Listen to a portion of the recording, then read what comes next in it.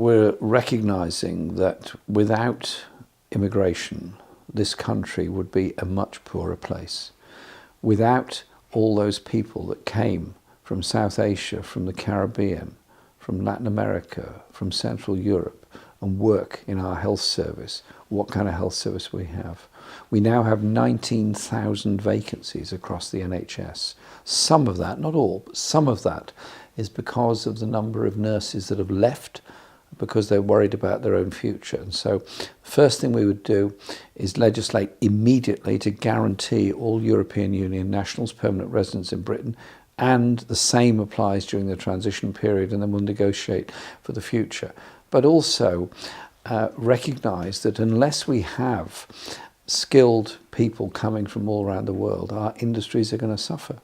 I was talking to a very good high-tech health research company in Yorkshire, and they were telling me their biggest problem was recruiting research scientists, and they needed to bring people in from India, sometimes for a very short period, just as much as British people need to go and work in universities around the world. And they said the immigration rules and system made it very, very difficult. So we would change a lot of that. There has to be an understanding. We live on one world. People do travel. People do work in other places. And it actually strengthens our society and our community. But it's also important to make sure that groups of workers are not imported in order to undercut local conditions.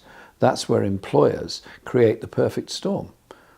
They dismiss those that are working on a construction site, break up what are previous employment agreements, bring in a wholesale workforce from elsewhere, underpay them, and so who benefits? The employer. Who loses?